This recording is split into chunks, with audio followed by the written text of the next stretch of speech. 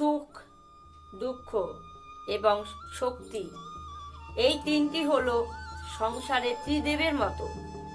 আমাদের জীবনে যা কিছু ঘটছে এই তিনটির ভিত্তিতেই হচ্ছে। আসলে এই সংসারের একটা নিয়ম আছে, যখনই আপনি কিছু লাভ করেন এই সংসার আপনার পরীক্ষা নেয়।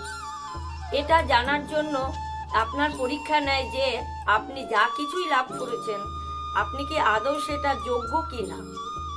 ঠিক সেইভাবে এই সুখ, দুঃখ এবং শক্তি আপনার পরীক্ষা নিয়ে থাকে। যখন সুখ আসে তখন আপনার পরীক্ষা নেয় যে আপনার মধ্যে অহংবোধ জাগ্রত হয়নি তো। যদি অহংবোধ চলে আসে তাহলে সুখ সেখানেই সঙ্গ ত্যাগ করে। দুঃখ আপনার ধৈর্যের পরীক্ষা নিতে থাকে, আর যদি আপনার মধ্যে ধৈর্য না থাকে তাহলে আপনাকে এটা আরো বেশি দুঃখের গভীর অন্ধকারে ঠেলে দেবে।